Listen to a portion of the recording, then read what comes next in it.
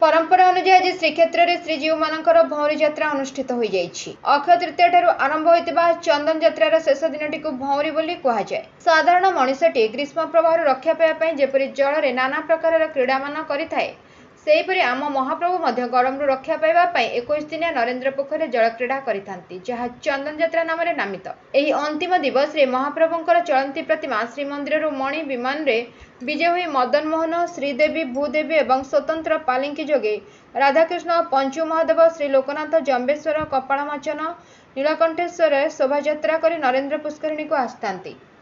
शोभायात्रार सम्मुखें संकीर्तन मंडली संकीर्तन करने सहित विभिन्न नृत्यशिल्पी तथा ओडिसी महारी, पारंपरिक बाड़ी खेल, नागामेढ़ आदि नृत्य परिवेषण करिथांती। महाप्रभुंकर यात्रा देखा सहर में लक्षाधिक भक्तों समावेश होता है। चंदन चापरे महाप्रभु गोटे लेखा चाप खेलुवा बेले भौरी दिन महाप्रभु 21 घेरा चाप खेली।